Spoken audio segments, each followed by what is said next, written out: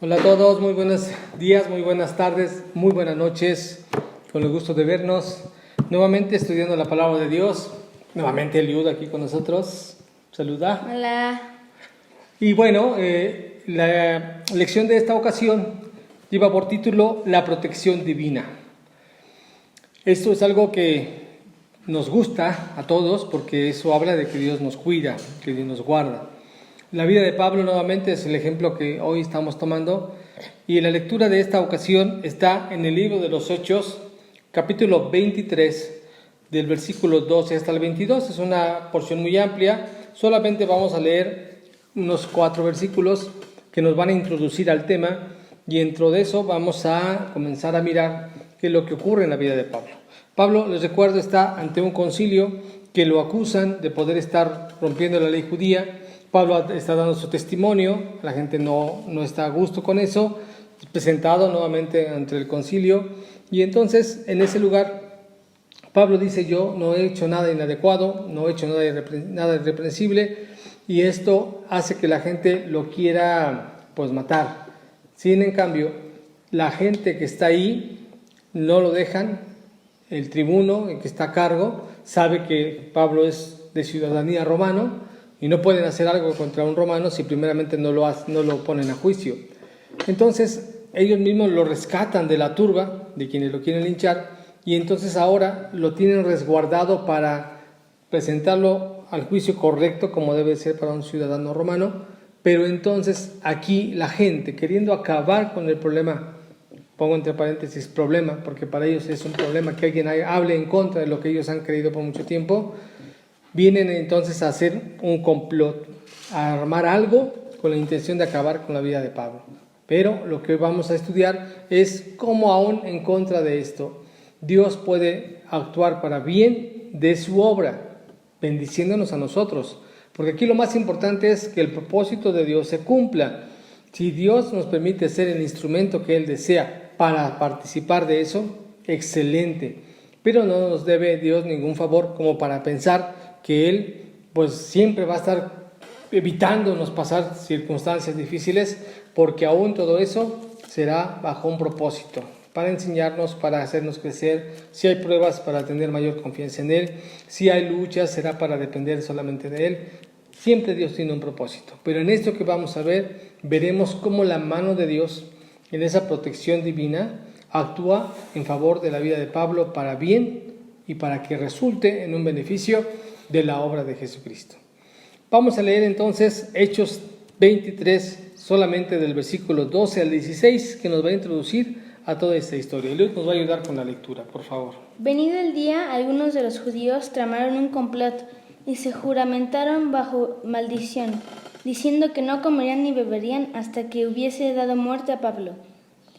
Eran más de 40 los que habían hecho esta conjuración, los cuales fueron a los principales sacerdotes y a los ancianos y dijeron: nosotros nos hemos juramentado bajo maldición a no juzgar nada, a no gustar nada hasta que hayamos dado muerte a Pablo.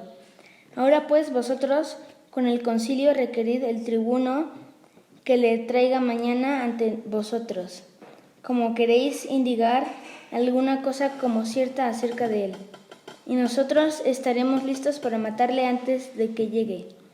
Mas el hijo de la hermana de Pablo, oyendo hablar de la celada, fue y entró en la fortaleza y dio aviso a Pablo.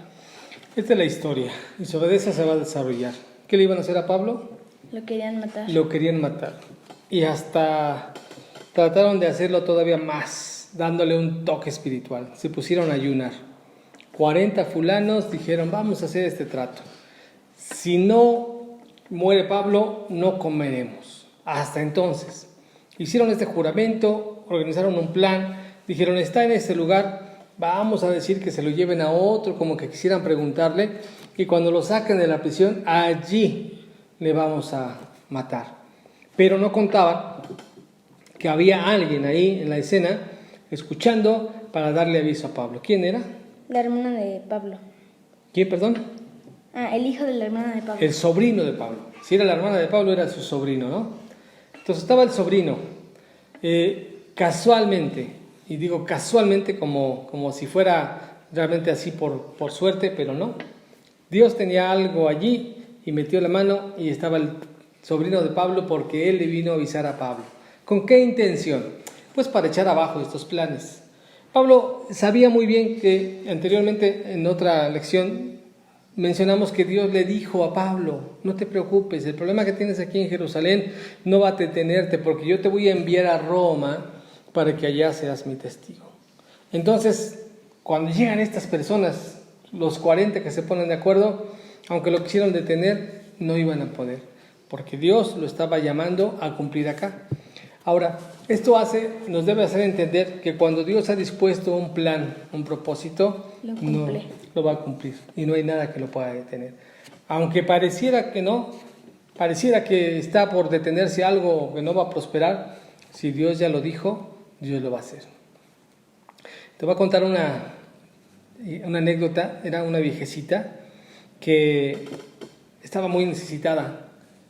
Fíjate esta historia, No tenía qué comer y entonces en una estación de radio hizo una llamada y pidió ayuda. Dijo: yo quiero pedirle a Dios que si hay alguien que me pueda ayudar, que me traiga algo de comer porque no tengo ni despensa, no tengo más nada. Pero yo le estoy orando a Dios que Él me puede enviar ayuda. Yo confío en Él. Colgó. Y estaba por ahí el brujo del pueblo. Y el brujo del pueblo dijo: ahorita vamos a ver, le vamos a dejar en vergüenza a Dios. Entonces agarró a sus ayudantes, le dijo: preparen la mejor despensa, llévenselo a la viejecita, entréguensela, y cuando ella les pregunte quién te lo manda, díganle: viene de parte del diablo. Bueno, organizaron todo porque ellos pensaban que iban a avergonzar a Dios. Llegan con la viejecita, tocan a su puerta y la viejecita abre y dice: ¿qué pasó? Y llegan ellos y le dicen: aquí le traemos esta despensa. Y boom, se la entregan. La señora, muy feliz, lo recibe, se mete tan rápido, cierra la puerta, no pregunta nada. Y ellos dicen: ¿qué pasó? Le vuelven a tocar. Y dice: dígame.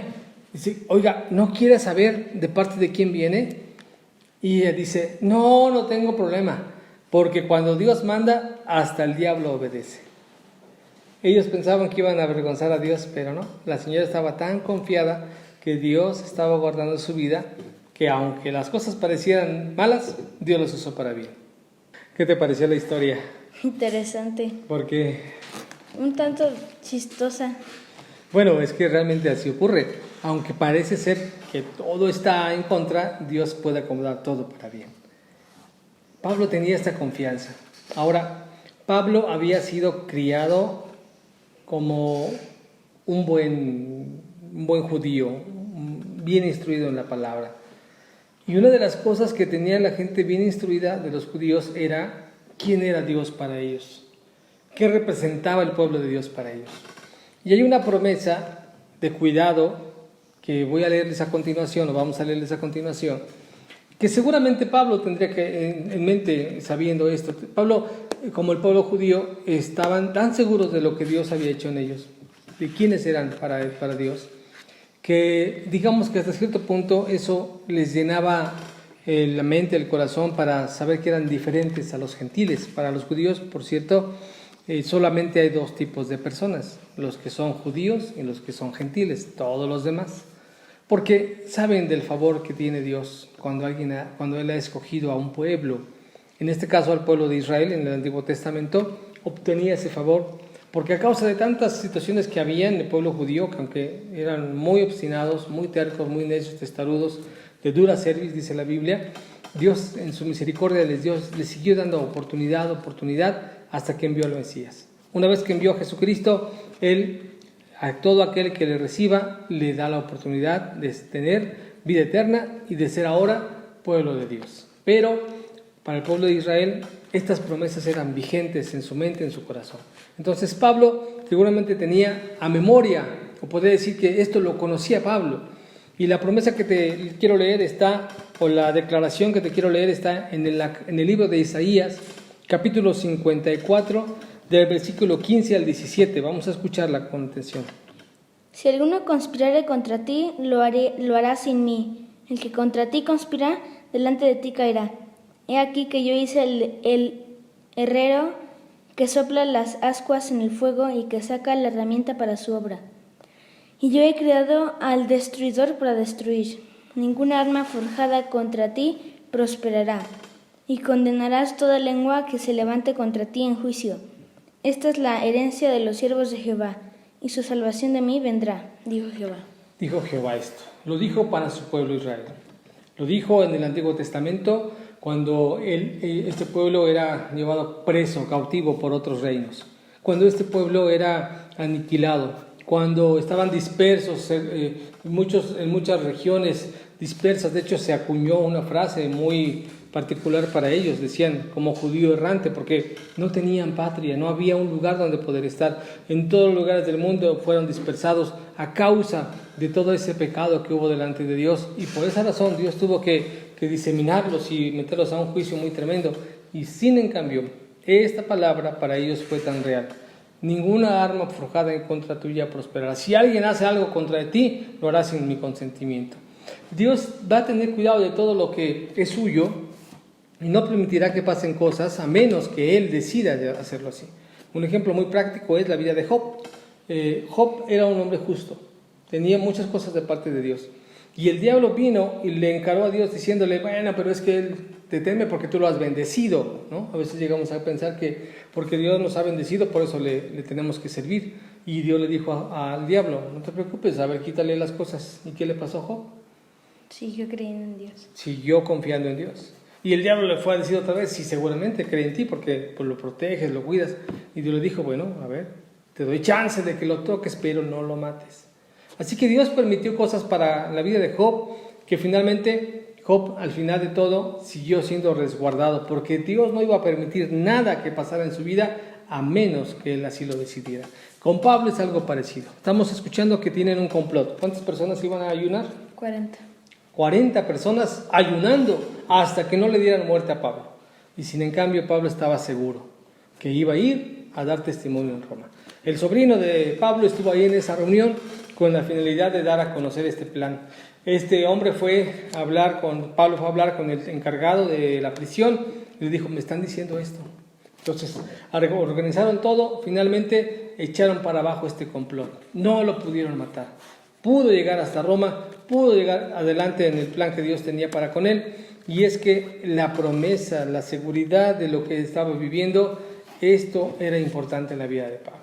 Este versículo 17 de Isaías 54, pues se puede entender de muchas maneras. Otra versión dice, hablando de que ninguna arma forjada en contra de ti prosperará, hay otras versiones que dicen esto: todavía no se ha creado aquella arma que te pueda dañar. Aún no hay algo que se haya programado, no hay una arma tan grande que se haya creado para poderte dañar. Esto es porque Dios nos protege. Dentro de todo esto, por ejemplo, una porción de la Escritura por excelencia del cuidado que Dios nos tiene, o que Dios tiene más bien por aquellos que son suyos, es el Salmo 91.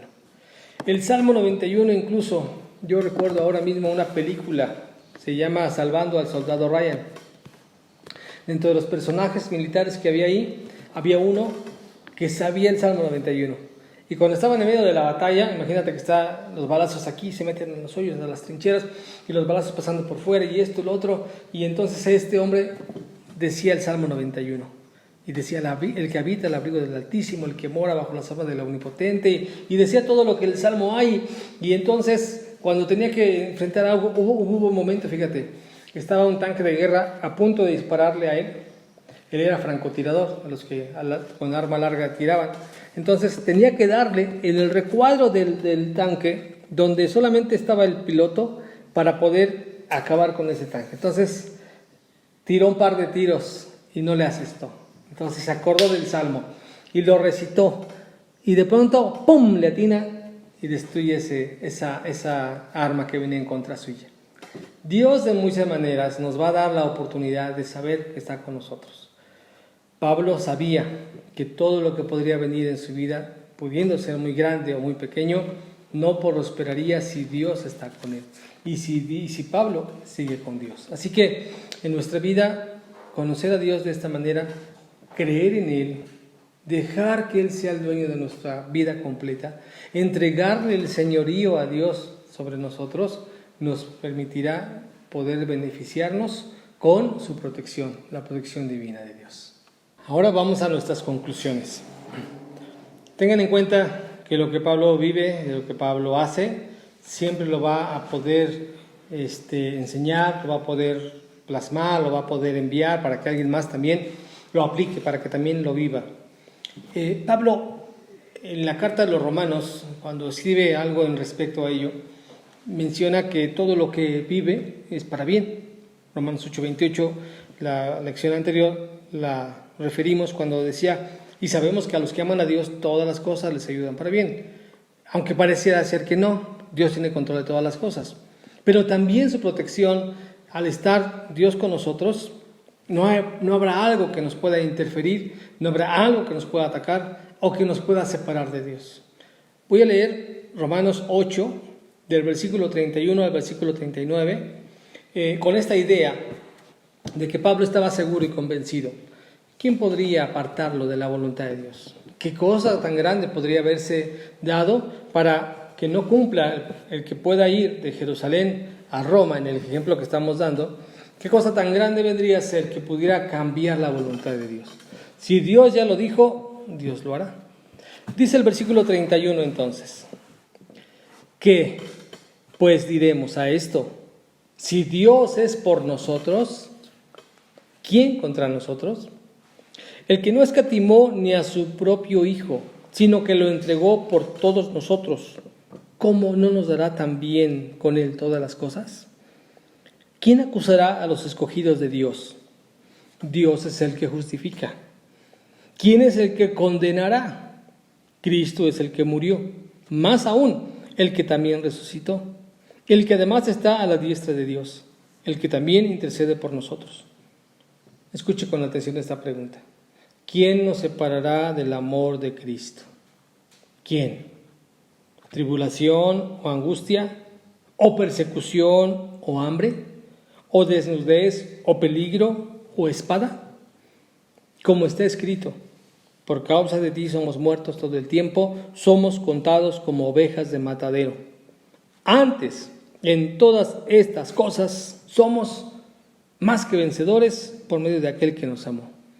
Y esta es la conclusión que Pablo hace. Dice: por lo cual estoy seguro que ni la muerte, ni la vida, ni ángeles, ni principados, ni potestades, ni lo presente, ni lo porvenir, ni lo alto, ni lo profundo, ni ninguna otra cosa creada nos podrá separar del amor de Dios, que es en Cristo Jesús, Señor nuestro.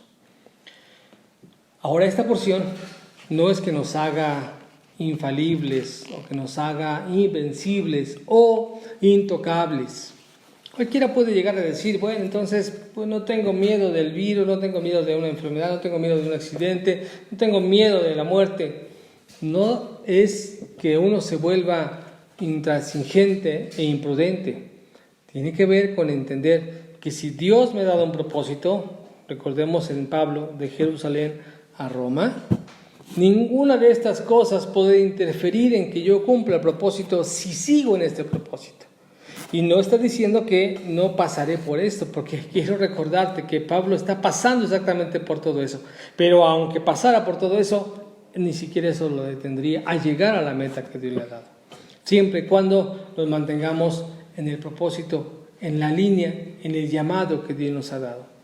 Entonces vendríamos a preguntarnos: ¿estoy viviendo en la voluntad de Dios?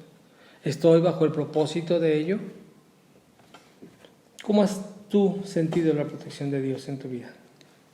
Una enfermedad que tuve de la piel, que me salían muchos granitos, Él me sanó. ¿Te preocupaba eso? Uh-huh. ¿Qué pensabas? Que eso se podía quedar, o sea, que no había como una... Como que no curarías, Uh-huh. o no sanarías, pero sentiste que Dios estuvo ahí. Tengamos confianza en lo que Dios ha hecho. Voy a platicar esto. Cuando nuestros hijos son pequeños, tenemos inquietudes, y más si somos primerizos. Con nuestra primera hija, aunque también con él, siendo bebés, pues tenemos cuidado de que no vaya a pasarles más nada.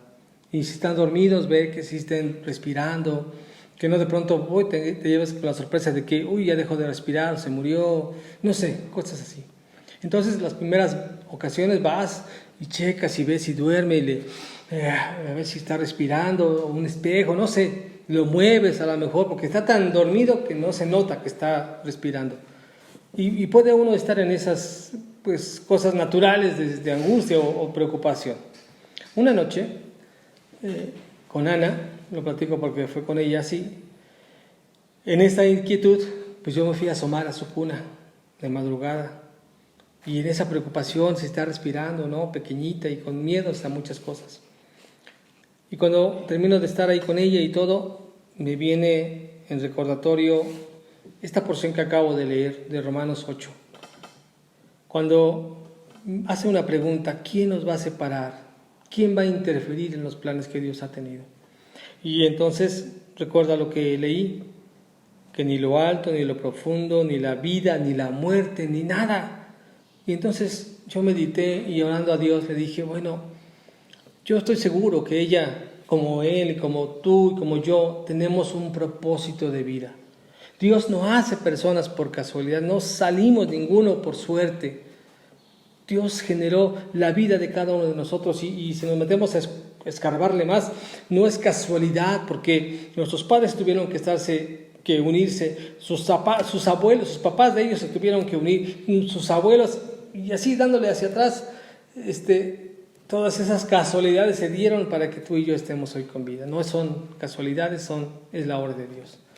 Ella tiene un propósito, yo pensando en Ana, ella tiene un propósito en cada uno de nuestros hijos. Ellos tienen un llamado, tienen un propósito. Y yo creo en ti, Señor, que ellos van a alcanzarlo. Aún más te pido que nos ayudes como padres para que alcancen ese llamado que tienen. Porque a lo mejor tú y yo como padres queremos que sean médicos, que estudie una ingeniería, que sea un hombre exitoso, pero tenemos que preocuparnos más porque alcance el llamado de Dios, el propósito que Dios le ha dado. Ocupémonos en eso, enseñémosle la palabra. Claro, tiene que ir a la escuela, claro que tiene que desarrollar sus dones y talentos, pero hay un propósito mayor que ese, y es el cumplir la voluntad de Dios. Cuando entonces yo le dije a Dios que yo creía eso de mis hijos, entonces yo le dije, quiero descansar en ti, Señor, de esta promesa. No habrá nada que pueda interferir a que cumplan tu propósito, ni la vida, ni la muerte, ni lo alto, ni lo profundo, y todo lo que dice aquí en la Biblia. Mi querido amigo, hermano, que tú nos estás escuchando, que estás acompañándonos a estudiar la palabra de Dios. En Pablo surgió, en Pablo miró, vivió que su vida cumplió el propósito. No dejes que tu vida pase de largo. Escucha a Dios, acércate a Él, entrega tu vida, deja que Él siga en ti su propósito, porque cuando estamos en los propósitos de Dios, nada interferirá. Y alguien dijera, bueno, entonces ¿por qué se murió alguien? Porque si a una muerte llegara, cumple su propósito, porque estando muertos vamos con Cristo. Y si quedamos aquí, tenemos mucho por hacer. Dios con nosotros es lo mejor que podemos tener para que sigamos adelante. Este es el mensaje que queríamos darte de parte de Dios. Te damos el día de hoy esta bendición y nos despedimos de ti, diciendo de todo nuestro corazón que Dios siga hablando a tu vida. Hasta la próxima. Bye.